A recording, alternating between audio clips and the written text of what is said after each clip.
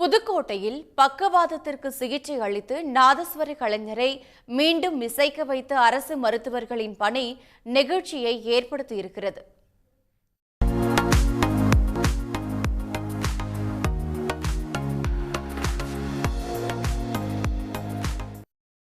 புதுக்கோட்டை மாவட்டம் ஆலங்குடி அருகே கோவிலூர் கிராமத்தைச் சேர்ந்த பாலசுப்பிரமணியன் என்பவர் நாதஸ்வர கலையை நம்பியே குடும்பத்தை நடத்தி வந்துள்ளார். இந்நிலையில் அவருக்கு திடீரென்று பக்கவாதம் ஏற்பட்டுள்ளது. இதனால் அதிர்ச்சி அடைந்த அவரது குடும்பத்தினர் புதுக்கோட்டை அரசு மருத்துவக் கல்லூரி மருத்துவமனையில் சிகிச்சைக்காக அனுமதித்தனர். ஒரு கையும் காலும் செயல் இல்லாமல் நாங்கள் இங்கே 108 மூலியமாக புதுக்கோட்டை அரசு மருத்துவக் கல்லூரி கூட்டிகிட்டு வந்தோம். அவங்க உடனே ட்ரீட்மெண்ட் பண்ணாங்க. எமர்ஜென்சி வார்டில் இது பண்ணி உடனே சிடி ஸ்கேன் எடுக்க சொன்னாங்க. சிடி ஸ்கேன் எடுத்துகிட்டு வந்து என்ன ரிப்போர்ட்டில் அப்படின்னு சொல்லி ரிப்போர்ட் பார்த்தாங்க. ரிப்போர்ட் பார்த்துட்டு உடனே ட்ரீட்மெண்ட் ஆரம்பித்து மருந்து ஒன்று போட்டாங்க. மருந்து ஒன்று போட்டு 20 நிமிஷத்துலலாம் கையும் காலும் அசைவு வந்துருச்சு.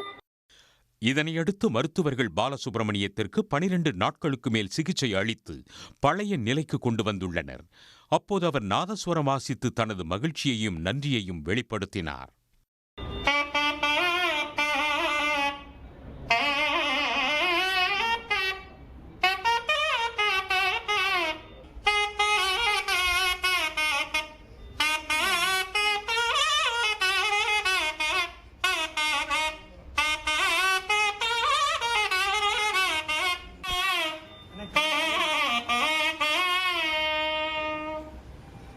அப்புறம் இப்போ ஒரு வாரமாக நான் வெளியில் கச்சேரிக்கெல்லாம் போய்கிட்டு இருக்கேன்.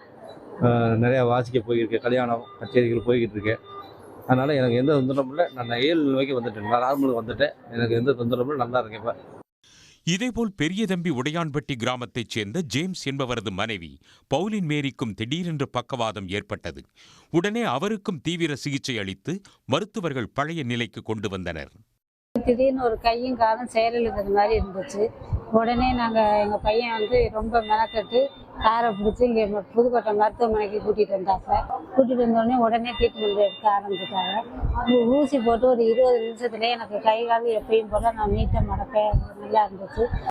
பக்கவாதத்தால் பாதிக்கப்பட்ட இருவருக்கு அரசு மருத்துவர்கள் மீட்டு பழைய நிலைக்கு கொண்டு வந்த நிகழ்வு அனைவரது பாராட்டையும் பெற்றுள்ளது. உடனுக்குடன் செய்திகளை தெரிந்து கொள்ள சன் நியூஸ் பெல் ஐகானை கிளிக் பண்ணுங்க.